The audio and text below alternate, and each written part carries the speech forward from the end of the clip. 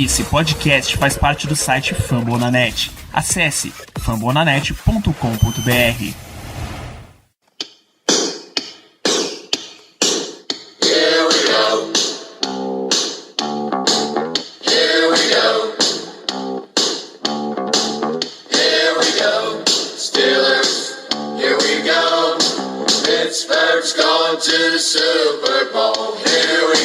Muito bem, pessoal, estamos começando mais uma edição do Black Yellow Brasil Podcast, o episódio de número 152 desse podcast falando sobre o Pittsburgh Steelers para todo o Brasil, direto de fambonanet.com.br, Spotify, iTunes, Deezer ou da sua enciclopédia, onde você vai consultar fatos históricos.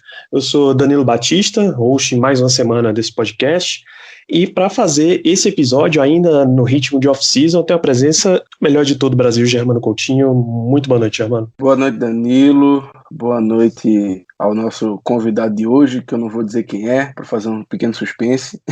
Muito obrigado. E principalmente, boa noite, boa tarde, bom dia aos ouvintes, seja lá que horas eles vão estar escutando esse podcast. Estamos aqui para comentar sobre esse confronto e vamos que vamos. Muito bem. Nessa semana a gente vai relembrar momentos do confronto entre Steelers e Colts. E para isso a gente tem um convidado direto do podcast Colts Brasil, Pedro Jorge. Seja muito bem-vindo ao Black Yellow Brasil. Fala, Danilo. Fala, Germano. Tudo bem? Obrigado pelo convite e responsabilidade de representar a torcida do Colts em todo o Brasil, num lugar que a gente não é muito, como é que eu posso dizer, muito vencedor, que é em Pittsburgh. Muito bem, antes até da gente falar sobre a lista dos jogos, existe um fato que vai eternamente ligar as franquias Colts e Steelers. E esse fato, na verdade, é uma pessoa e se chama Johnny Unitas. Se você, amigo ouvinte, nunca soube, quem primeiro draftou, contratou Johnny Unitas foi o Pittsburgh Steelers. E ele não ficou pro elenco final da temporada em que ele foi selecionado. Daí ele partiu para ser o maior quarterback de toda uma era em Baltimore pelo Baltimore Colts. Isso a história nunca vai apagar. O terrível aproveitamento dos Steelers de quarterbacks da Pensilvânia também nunca vai ser apagado. Que aí nessa lista você tem, além do próprio United, você tem Joe Namath, você tem Joe Montana, você tem Dan Marino, esses caras nunca o Steelers vai ter. Não que todos tenham tido a chance de ser draftado, mas esse aproveitamento não vai rolar. Quem sabe no futuro. Essa situação do Johnny Unitas é até, vamos dizer assim, engraçada, né? A gente ter draftado ele, um cara local, um cara que teve o sucesso que teve na liga, e nós não termos o aproveitado. Isso aí talvez se explique pelo fato de que naquela época os Steelers eram uma franquia totalmente ridicularizada na liga. Uma franquia que nunca tinha tido sucesso, uma franquia que sempre estava perdendo mais jogos que ganhando, as campanhas sempre eram negativas, enfim, tanto que a gente realmente só deu aquela virada a partir da década de 70, quando o Chuck Noll chegou e basicamente arrumou a casinha, porque antes disso o time era conhecido por ser perdedor. Então, com certeza, não deveríamos saber muito na época avaliar talento, e por isso o Johnny Unitas acabou sendo dispensado. Mas enfim, faz parte da história. Hoje a gente só pode olhar para trás e achar engraçado, achar interessante. Mas imagina se ele tivesse ficado, o que é que não poderia ter acontecido.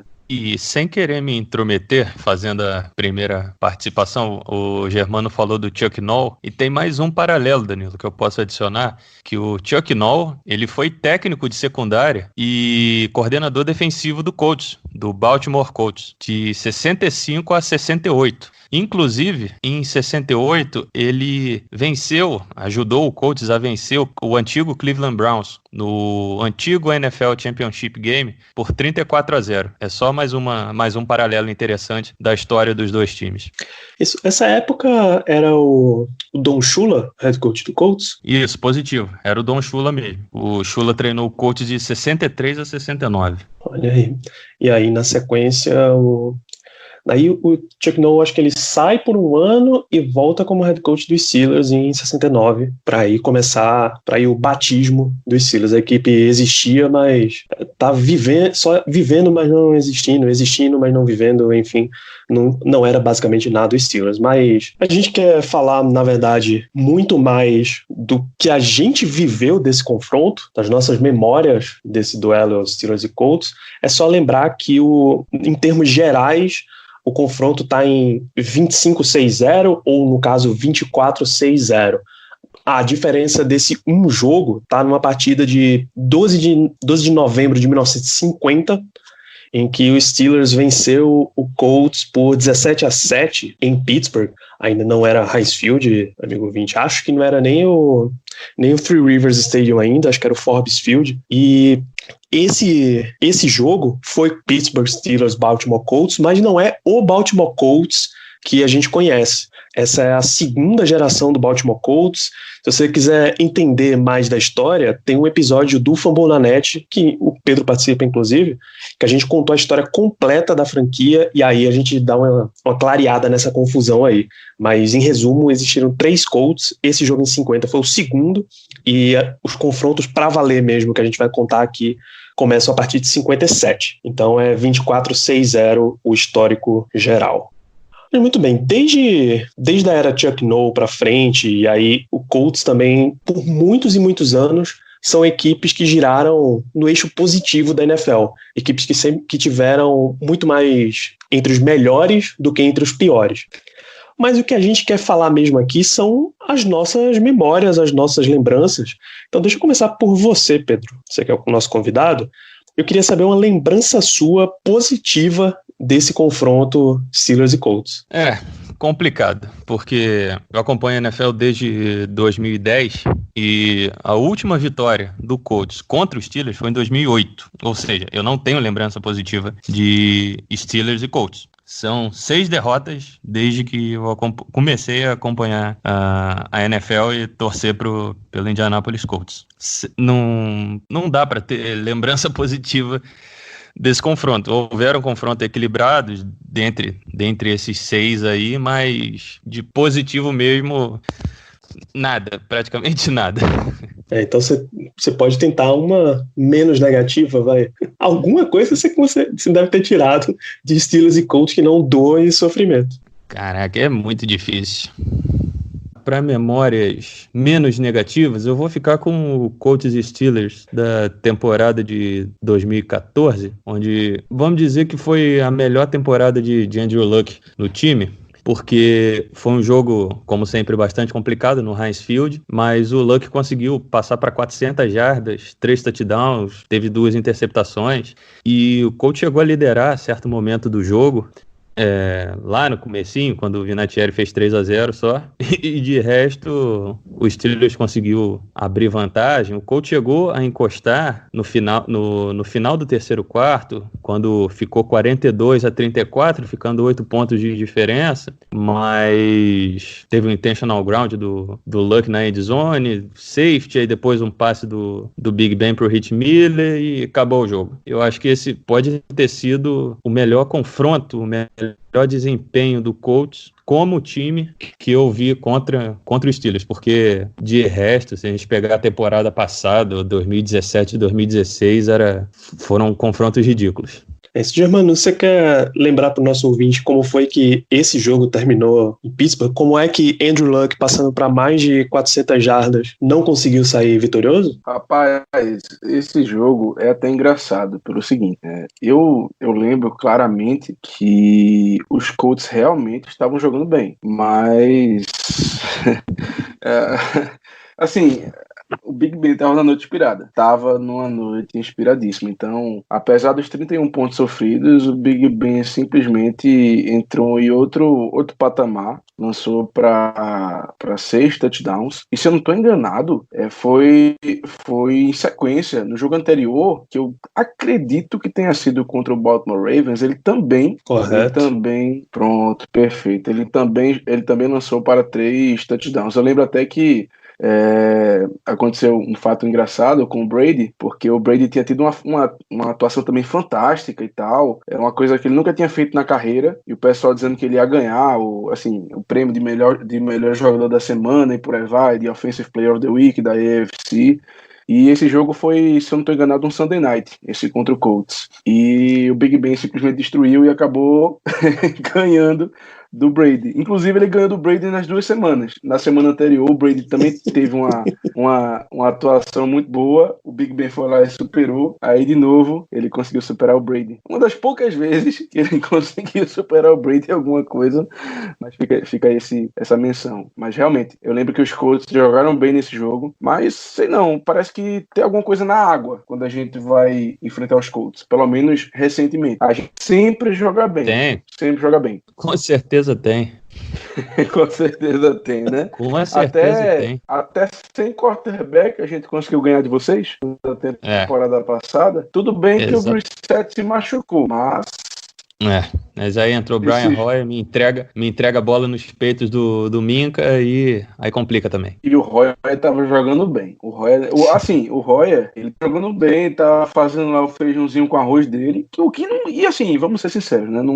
Não precisava de muito mais pra ganhar dos Steelers na temporada passada. Contanto que o ataque adversário não fizesse nenhuma besteira, com certeza a gente perderia o jogo. Mas, graças a Deus, o Hoyer errou ali o passe e o Minka retornou para 95 jardas. Rapaz, eu lembro demais desse jogo. Eu lembro demais.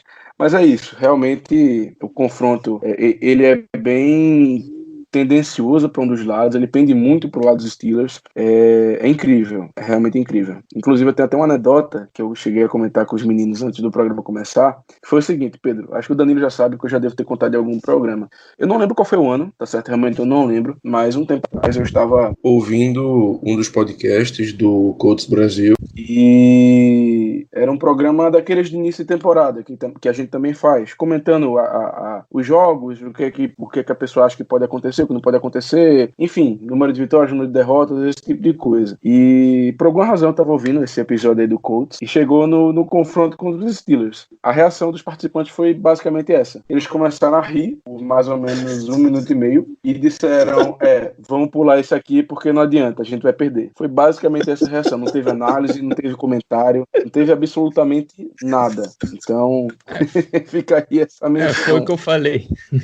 Foi o que eu falei com o pessoal do nosso podcast que a gente faz umas conversas em off, geralmente. Foi o que eu falei. O Colts vai ter 14 vitórias na temporada. Na semana 16 é Colts Steelers. O Colts vai perder para os Steelers. É a coisa mais fácil de acontecer. Pode ter certeza. Se preocupe não, que isso aqui também acontece com a gente. Quando a gente vê confronto contra o Oakland Raiders, lá, que era em Oakland, né? Digamos, fora de casa, a gente também já sabe que vem lapada. Ela é tudo quanto é jeito. É corrida de 90 e poucas jardas do Terrell Pryor como quarterback. É gente botando a culpa na máquina de raio-x. São umas coisas assim que só o esporte explica. É impressionante mesmo. Não é não, Danilo? Isso aí. Porra, não interessa qual é o Ravens que tá lá do outro lado, a gente já sabe que o Raiders que tá lá do outro lado, a gente já sabe que o calo aperta. Foi o que eu falei pro pessoal. O Colts não venceu os Steelers temporada passada, esquece, o Colts nunca mais vai vencer os Steelers. Não desmerecendo o time de vocês, mas eu acho que foi o ano que o Colts esteve mais perto de vencer e mesmo assim não conseguiu vencer. Foi fumble do wide receiver, foi o Vinatieri errando 1 milhão de chutes, é o quarterback entregando pick six, depois estando na end zone. É complicado. Eu resolvi jogar a toalha de vez. Pedro, eu vou falar uma coisa agora que talvez você fique boiando talvez um pouco, mas preste atenção, por favor, na reação de Danilo. E Danilo, por favor, tire do mudo se você tiver já, que eu quero ouvir sua reação genuína. Bom, no jogo de 2015, no qual os Steelers ganharam por 45-10, e isso que eu vou dizer agora para todos os ouvintes e torcedores dos Steelers vão provar de uma vez por todas que realmente existe alguma coisa mística envolvendo esse jogo a nosso favor. Danilo, ganhamos por 45-10 com interceptações dos seguintes jogadores. Meu Deus. Jarvis Jones e Artie Burns. Meu Deus do céu, bicho. Ambos tiveram interceptação no jogo. Ambos. Assim, é realmente inacreditável. É inacreditável. Qualquer dúvida que alguém tivesse de que existe algum componente extra no ar, que existe alguma coisa que nos ajude a ganhar, tá aí. E Pedro, só para conceituar, você que, claro, não acompanha de perto os Steelers, estamos falando dos dois maiores busts que a gente teve nessa última década. Tanto que, assim, nenhum dos dois, hoje, quer dizer, o Jarvis Jones já tá fora da liga, tá lá em Geórgia, a faculdade que ele se formou, que ele jogou, enfim, tá como treinador lá, e o Artie Burns acabou indo embora de Pittsburgh nessa off-season, inclusive pegou os pertences dele, botou numa sacola de lixo e foi embora do prédio da organização, e agora tá tentando a vida lá nos Bears, se eu não tô enganado, mas, enfim, desejo sorte a ele, sendo muito sincero, mas, enfim, pelo que ele demonstrou aqui, acredito eu que não vai dar muito certo, não. Então é basicamente isso. Interceptação desses dois, eu acho que é mais difícil de acontecer do que você ganhar na loteria. O coach tem esse prazer de consagrar jogador que não existe. Vide Jonas Gray, do running back do Patriots, com 4 touchdowns. Nossa, caralho, esse não existe, cara. Esse não existe. Isso aí foi uma aberração da natureza. Deus me livre. Tá vendo você? Agora eu acredito, Danilo, que o jogo mais memorável entre Steelers e Colts, dos jogos recentes, é claro, nenhum de nós três viu, ela não ao vivo. Eu acredito que dentre nós três eu sou o que acompanha mais tempo, eu acompanho, vamos dizer assim, de perto, eu acredito que na mesma época do Pedro, mas eu comecei a assistir um jogo ou outro mais para 2008, no ano que nós ganhamos do Cardinals lá no Super Bowl, mas com certeza dos recentes o jogo mais memorável é o de 2005. Eu acho que não existe dúvida quanto a isso. No caso, o jogo de playoff, né? Exatamente. Assim, eu não sei se o Pedro vai concordar comigo, não sei se ele já leu a respeito dessa situação, mas 2005, muitas pessoas falam que foi o melhor ano do Peyton Manning no Colts. E assim, eu falo melhor ano, não digo individualmente, mas eu falo no geral, assim, que aquele time foi o melhor time que o Peyton Manning teve no Colts. Sim, concordo. O Colts fez uma temporada fantástica, com 14 vitórias, conseguiu a seed 1 na AFC, e o Steelers acabou classificando pela seed 6, mas eu concordo, foi o melhor time que o Colts conseguiu montar pro Manning para ser desperdiçado mais uma vez por detalhe. Eu vi esse jogo na íntegra, ele tá naqueles jogos históricos do YouTube do Steelers. Eu tive que parar para ver esse jogo para entender o que aconteceu, porque não dava para acreditar. É engraçado, Pedro, que além dos detalhes dentro do jogo em si, do que aconteceu dentro de campo, existiu também muita coisa fora dele. Realmente, assim, a gente brinca e tal, mas realmente tem alguma coisa diferente nesses nossos confrontos, porque sempre existem coisas absurdas dentro de campo e também fora dele. Inclusive, nessa temporada 2005, Steelers e Colts se enfrentaram em novembro, finalzinho de novembro já, em Indianápolis, e o jogo foi 26-7 pro Colts.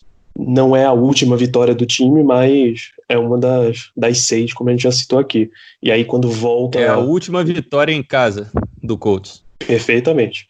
E aí quando eles voltam a se enfrentar em playoff, em Indianápolis de novo, aí já em 15 de janeiro, o Steelers vence 21-18, com o jogo que estava, pro ouvinte que não acompanhou essa partida, não sabe o que aconteceu, o jogo estava basicamente resolvido.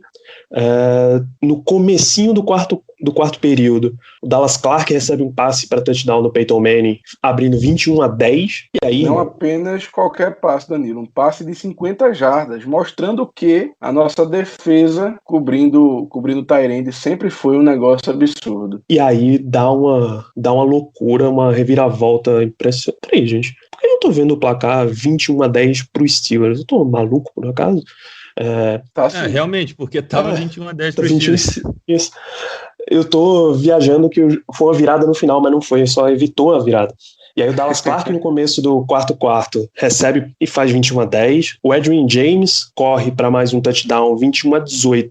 Isso com 10-36. E aí, amigo, a história mostra que quando... Com 10-36, dificilmente você vai ter uma campanha que vá comer esse relógio inteiro. Então, ou você vai pontuar nessa parada, ou o Peyton Manning vai ter mais uma chance de cravar o punhal que ele tradicionalmente fazia. E não foi o que aconteceu, cara. O Steelers conseguiu heroicamente segurar, ele vai numa campanha e já dentro da red zone tem um fumble do Jerome Bettis, a bola é recuperada pelo Colts e o cara já tá retornando com campo livre e o Big Ben faz o tackle pra derrubar ele no campo, ainda dentro de campo. E caceta, eu esqueci o final do jogo já, mano.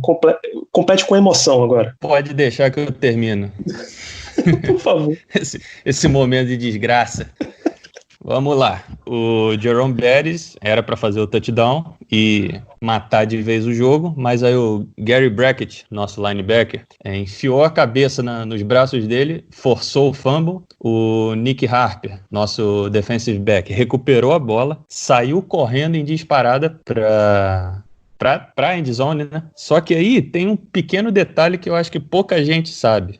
Nessa temporada de 2005, o Nick Harper se envolveu numa briga com a namorada dele e ele tomou uma facada da namorada dele. Essa facada fez com que o Harper mudasse de direção na hora da corrida dele para a endzone marcar o touchdown, porque ele recuperou a bola, ele tava meio que tendendo para a esquerda, o Big Ben fecha bem o ângulo, ele vira para a direita, ele faz o corte para a direita, o Big Ben acaba conseguindo fazer o tackle nele e derrubar o Nick Harper e impedir a vitória certa do Colts naquele momento. Só que aí o que acontece? O nosso último kicker, antes do Vinatieri, era um cara chamado Mike Vanderjagt. Se vocês nunca ouviram falar nesse cara, saibam que até esse jogo, ele era o kicker mais preciso da história da NFL. Com mais de 96% de aproveitamento em chute.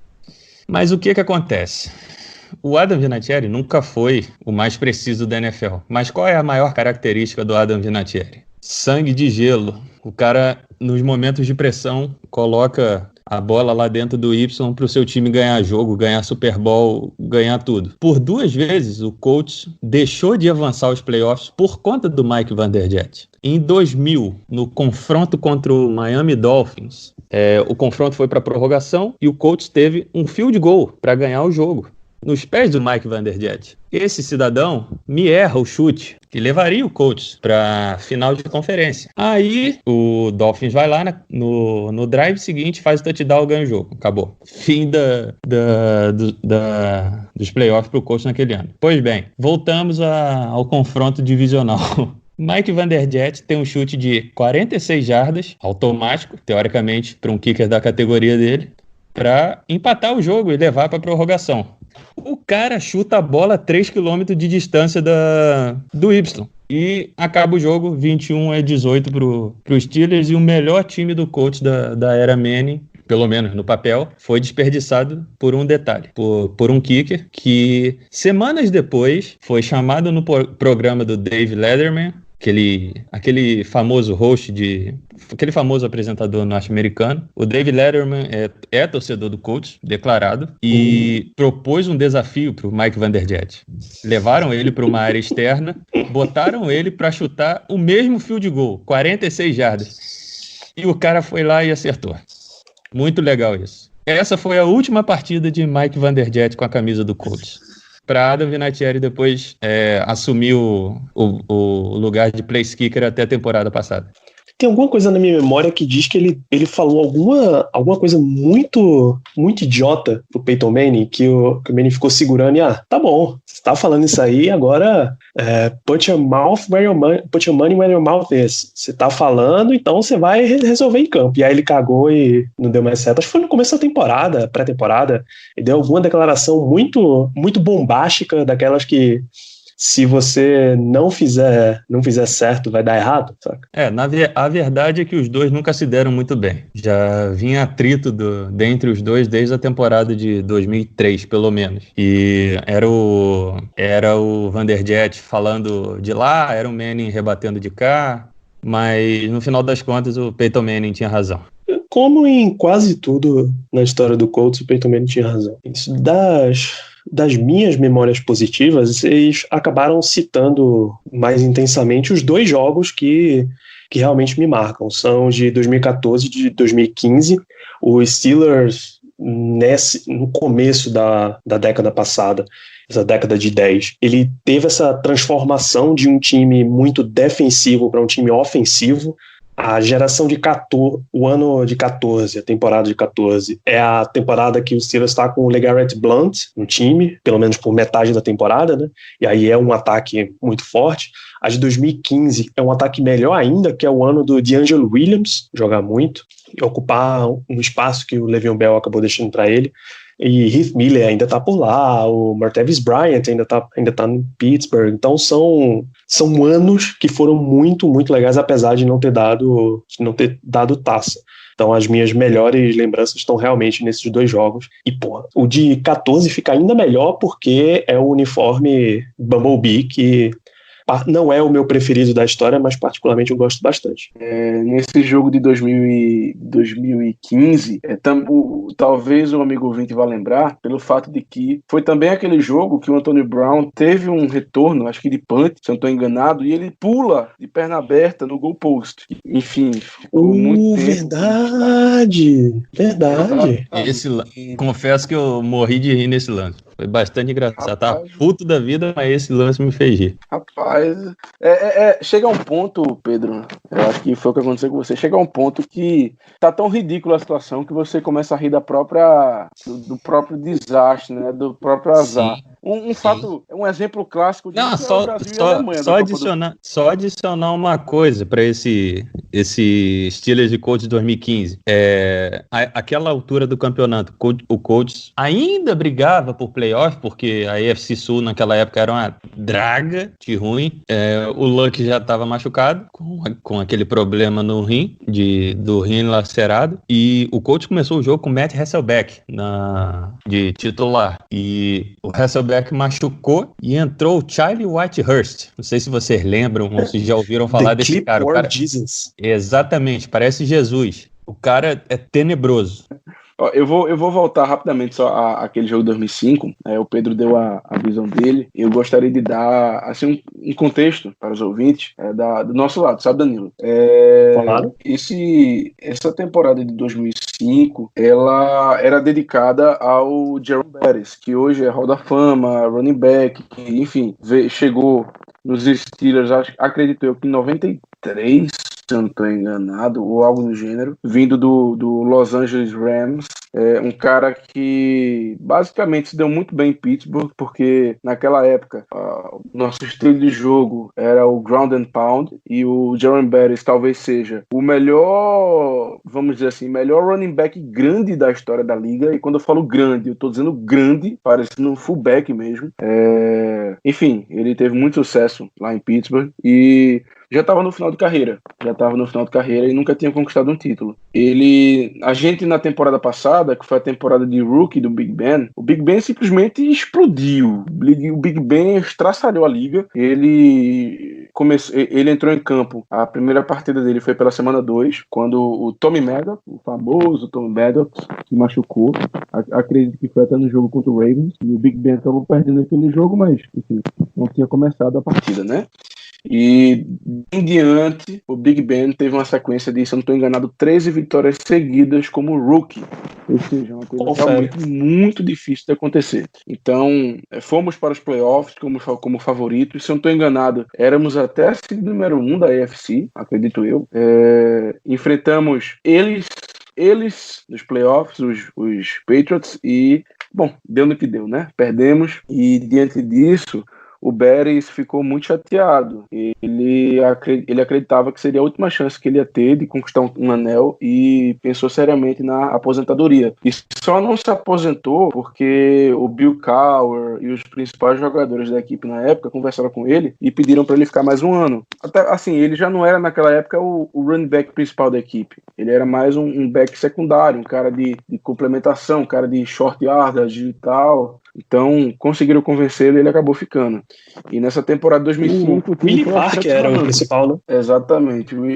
Fast Willie Parker.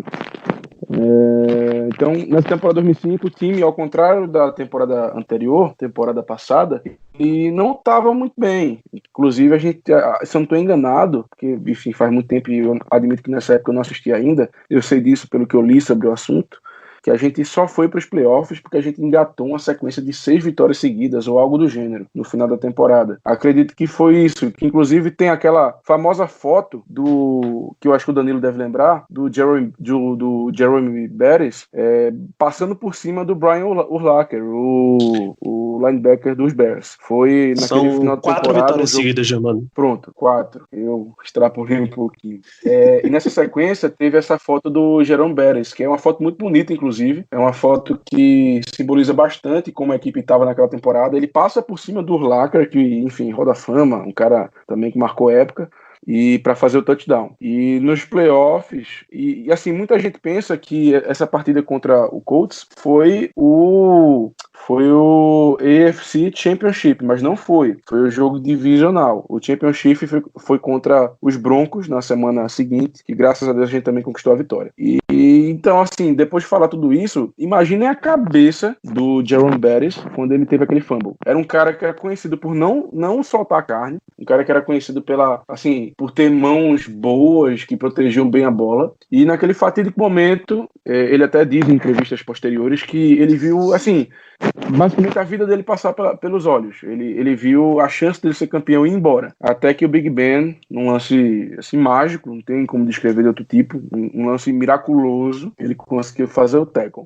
Até porque a gente estava numa situação de goal line, era uma goal line formation, ou seja, só cara gordo. O máximo que tinha era um tight end ali. Inclusive, se você ver o vídeo no YouTube desse tackle, tem o grandioso número 84, que chega logo em sequência para ajudar o Big Ben, pulando em cima lá do Harper, que é o famoso Jermaine Tallman, que eu nunca tinha ouvido falar na minha vida antes de hoje, que eu fui aqui olhar questões desse jogo, questões do vídeo, e percebi esse cara. Então, assim, com certeza, se o Big Ben não tivesse feito aquele tackle, se o Harper não tivesse sido esfaqueado pela namorada, enfim, eles teriam feito o touchdown, teriam virado o jogo, e dificilmente a gente conseguiria reverter o placar, ainda mais jogando fora de casa, contra o Colts do Peyton Manning. Então, realmente tinha que ser, e graças a Deus, depois do Super Bowl, a gente conquistou a vitória contra o Seattle Seahawks, e o Bears teve o anel dele, que ele tanto desejava. E só um detalhe, foi a primeira vez na era de 12 times nos playoffs, que foi implementado em 90 pela NFL,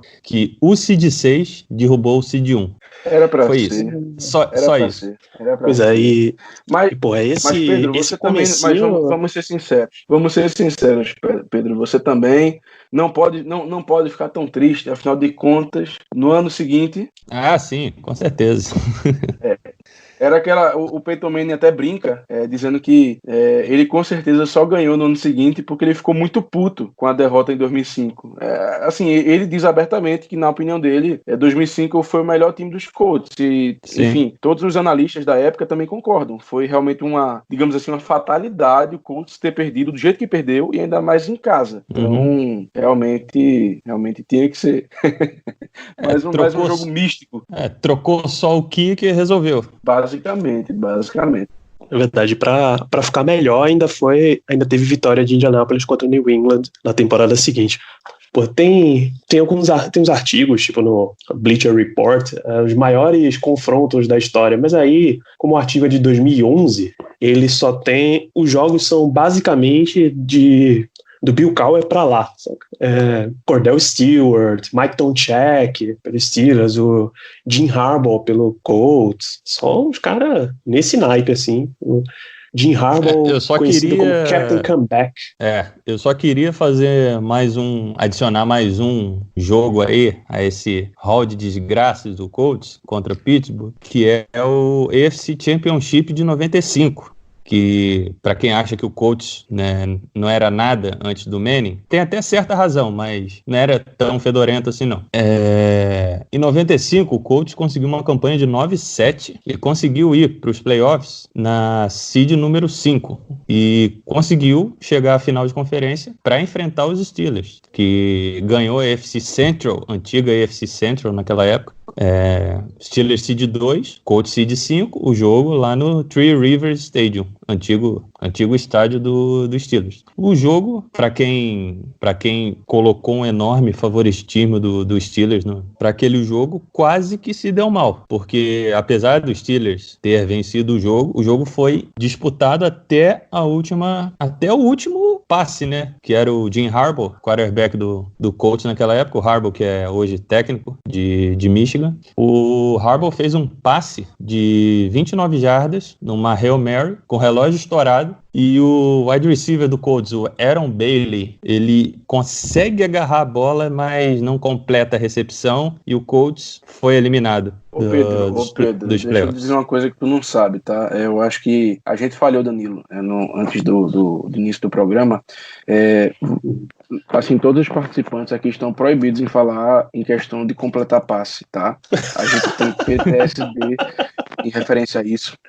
Infelizmente, é um assunto delicado pra gente, por causa de um certo jogo contra eles. Painho. Eu sei, eu vi esse jogo ao vivo. Eu estava em Pipa com alguns amigos em viagem.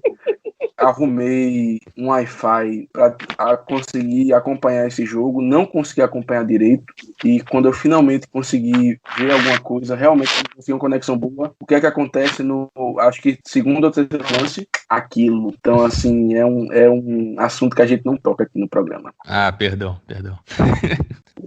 Esse é demais, cara. Não tem nem palavras para descrever isso. Cara, pra você ter uma ideia, eu fiquei revoltado. É sério, eu que não tinha nada a ver com a história, eu fiquei revoltado. Agradecemos do fundo do nosso coração, porque realmente é uma coisa que nos incomoda até hoje. Germano, você tem mais jogos que você gostaria de lembrar dessa história, mais momentos? Não, Danilo, não, porque, assim, sendo muito sincero, acho que a gente já conseguiu passar pelos principais mais recentes, que foram 2014 e 2015, que foram realmente jogos marcantes. Também teve 2019, assim, pelo contexto, né, pela questão dos quarterbacks, também foi algo digno de nota. Mas não, até porque a gente, apesar de tudo, a gente não se enfrenta tanto. Claro que quando, no auge do Peyton Manning, também a gente estava muito bem com o Big Ben, então coincidia muito de ambas as equipes serem a equipe número 1 das suas respectivas divisões. Então na temporada seguinte a gente acabava se enfrentando, mas também não é um confronto que eu vou dizer assim, pelo menos na minha opinião, que seja tão corriqueiro, tá? Não é uma coisa que aconteça todo ano, mas também admito que não é um jogo estranho, que vez ou outra realmente ocorre. Então acho que a gente conseguiu passar pelos principais jogos, principalmente de 2005, que foi, nesse século com certeza o jogo mais importante entre as equipes, o jogo que foi realmente um divisor de águas, acho que para ambos, porque não um divisor de águas, mas foi um marco para ambos, porque fez com que os Steelers fossem para o Super Bowl naquele ano, que a gente ganhasse o Super Bowl naquele ano contra o Seattle Seahawks. Os Colts também, como eu falei no ano seguinte, conseguiram conquistar o anel contra o Chicago Bears. Então, apesar de tudo, creio eu que eu não vou dizer que todos guardamos memórias positivas desse jogo, porque eu sei que não é verdade, mas foi um jogo bastante importante para as duas franquias. Então, acho que não, Danilo, acho que dá para ficar por aqui mesmo. É isso, só a última lembrança aqui, não é de jogo, é que as duas franquias foram muito bem abastecidas, podemos dizer, pelo Rams. O Steelers teve não só o Jerome Bettis, que o Germano já falou, mas o Kevin Green, que veio do Rams para Pittsburgh, e o Colts teve o Eric Dickerson, que saiu de lá para ser uma estrela, apesar deles terem mandado depois o Marshall Faulk, que teve no The Greatest Show on Turf, mas enfim, Eric Dickerson, inclusive Hall da Fama recente é o Edgerrin James, Danilo, não é o Eric Dickerson, mas apesar que o Eric Dickerson é Hall da Fama só que em 99. Então, alguns jogadores, membros do Hall da Fama do Pro Football Hall of Fame, vieram do Rams para as duas franquias. Acho que essa é a última memória relevante que a gente tem aqui.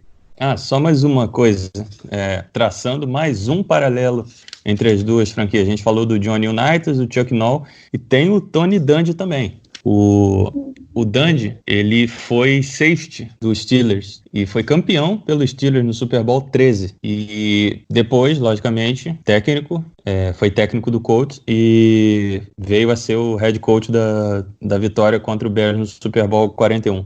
Inclusive, uma das maiores conexões que a imprensa tem, a imprensa nacional, em termos de cobertura de NFL, tem com os Steelers é exatamente o Tony Dungy. Algumas das entrevistas mais especiais do Mike Tomlin, por exemplo, exclusivas, foram dadas para o Dungy. Então, é realmente uma conexão que é forte até hoje. E é um cara que quando ele passa em Pittsburgh, ele é muito bem quisto. Sim, sim. Até porque o Tomlin, ele foi defensive back coach do Tampa Bay Buccaneers por uma temporada, enquanto o Tony Dungy era técnico do Tampa. O Mike Tomlin chegou para ser esse técnico de defensive back em 2001. Os dois trabalharam juntos durante essa temporada. O Dungy saiu do Tampa em 2002 para a temporada de 2002 e virou o treinador do Colts. E o Mike Tomlin ficou mais um período em Tampa, conquistou o Super Bowl em 2002 com o John Gruden e depois virou o técnico do Steelers. Isso, acho que ele ainda passa pelo Vikings antes de ir pro Steelers. Mas enfim, ele foi no final das coordenador defensivo dos Vikings. Olha aí. Mas o final da história é que ele vem para Pittsburgh e vem para ganhar um anel, jogar mais um Super Bowl e, oxalá, ganhar mais. Bom, é isso, gente. Fechamos as nossas excelentes lembranças. Esse foi um episódio basicamente dado para a torcida dos Steelers, porque é realmente tudo positivo nesse confronto. Mas, Pedro, obrigado pela tua presença, onde as pessoas encontram você falando mais sobre o Indianapolis Colts. Dê o seu recado, deixe o seu jabá. Bom, obrigado, Danilo. Obrigado, Germano, mais uma vez pelo convite. É difícil falar do confronto contra os Steelers, que o Colts é a franquia onde o Colts tem o pior aproveitamento de longe, 23% só de vitórias, mas acontece, faz parte, estamos aí, a gente aqui tá para promover o futebol americano no Brasil e quanto mais a gente se unir, melhor fica o nosso conteúdo e cada um ajuda o outro como pode. Mais uma vez, obrigado pelo convite, feliz de estar representando toda a galera do Coach aqui no podcast. Meu arroba no Twitter é pj1992. Você encontra a gente no podcast do Coach Brasil, lá com o Davi, o perfil do Potros, o Lucas, perfil do Lucas Martins, perfil do Rochu BR e a nossa querida Carol Vago também, que sabe tudo e mais um pouco de Indianapolis Colts. Mais uma vez, muito obrigado pelo convite. É isso, Germano, suas considerações finais para o episódio? Tenho duas, Danilo. Por favor. Primeiro, gostaria de fazer mais um paralelo que eu me lembrei agora. O Pedro me fez lembrar disso, a falar do Tony Dungy. Mas esse aí é um paralelo um pouco mais recente, um pouco mais próximo da gente, digamos assim. Steelers e Colts, eles protagonizaram uma cena muito engraçada aqui em Recife no ano de 2014. Nosso colega Ricardo Rezende saiu... É verdade. Nosso colega Ricardo Rezende, que comanda aqui o nosso chefe do Black Yellow BR, ele saiu junto com, se eu não estou enganado, um amigo dele, que deixa um abraço também pro Eric Bruno, se ele estiver escutando, que é torcedor fanático dos Colts. Ambos saíram à procura de ninguém mais, ninguém menos que Andrew Luck e David DeCastro, que jogaram juntos, né, no college, lá em, se eu não estou enganado, em Stanford. Eles vieram aqui para ver o jogo da seleção americana de 2014 na Copa do Mundo. E assim que Ricardo... Oi, Danilo? Aquele dilúvio, né? Foi Estados Unidos e Alemanha? Eu acredito que foi. Então, a partir do momento que Ricardo tomou conhecimento que o David DeCastro estaria aqui, o Andrew Luck que se explodisse. Mas, a partir do momento que ele tomou conhecimento que o David DeCastro estava por aqui, Ricardo saiu feito um doido pela cidade procurando o jogador. E, para azar dele, o jogador estava a poucos metros da casa, do apartamento dele, almoçando, e ele não sabia. Mas ele ficou a tarde inteira procurando, enfim. Só queria destacar isso aí, essa história engraçada, e quem quiser pode escutar pelas palavras do próprio Ricardo no nosso programa especial sobre as histórias que a gente tem dos Steelers. Não vou lembrar agora a numeração, sendo muito sincero. Acho que foi talvez o episódio número 100, Danilo. Não sei se tu vai lembrar. Sim. Eu acredito que foi, né? Número 100. Então, quem quiser, dá uma escutada aí no episódio número 100, que vale a pena. E a minha outra consideração final é que, assim, a gente não sabe, né? Mas ao que tudo indica, nesse ano vai ter sim mais um jogo de Steelers e Colts pela semana, acredito eu, que é a semana 16 ou 17? Deixa eu dar uma olhadinha. 16. Positivo, semana 16. Então, assim, tem tudo para ser mais um jogo não muito bom. Infelizmente, um jogo não muito bom para vocês, Pedro, porque diante desse histórico recente, infelizmente não vou nem fazer aqui a sala, como se diz, não vou nem falar bem sobre essas questões do convidado, mas infelizmente, ao que tudo indica, vai ser mais uma derrota aí para os Colts. Sim, ainda mais lá no Heinz Field. Mas talvez tenha uma coisa também bastante interessante nesse jogo, Pedro, que se tudo der certo, se tudo conspirar ao nosso favor, aos nossos favores, teremos um confronto de Big Ben e Philip Rivers, ambos da classe de 2004, não é não? Sim, vai ser bastante interessante. Então é isso, Danilo. Minhas considerações finais.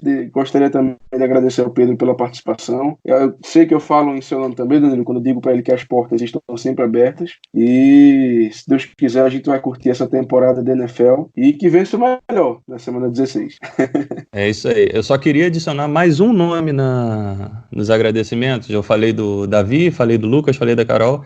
E esqueci de mencionar o William Borella, que começou a ajudar a gente também nos textos lá no Fumble.net. E lembrei do William aí.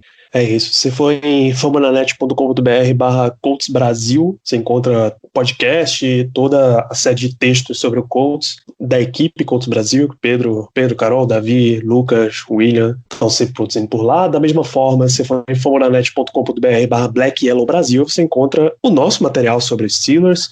O nosso podcast continua saindo por lá, continua saindo em Spotify, iTunes, Deezer, Google Podcasts, etc. Qualquer que seja a plataforma que você está consumindo, você deixa seu like, 5 estrelas, segue, review, recomenda para mais pessoas, porque aí a gente consegue atingir mais torcedores dos Steelers, a gente consegue atingir mais torcedores do Colts com um episódio como esse. E, enfim, continua acompanhando a gente, podcast nas redes sociais, o Twitter, o Instagram e o Telegram, @BlackYellowBR, e continua acompanhando o podcast. Eu espero que vocês tenham gostado desse episódio. A gente volta na quinzena que vem, força do hábito falando mais forte. A gente volta daqui 15 dias, muito provavelmente com um outro confronto, certamente um confronto que não é tão positivo quanto esse, mas eu tenho certeza que vocês vão curtir o episódio. Um grande abraço para todos vocês e até lá.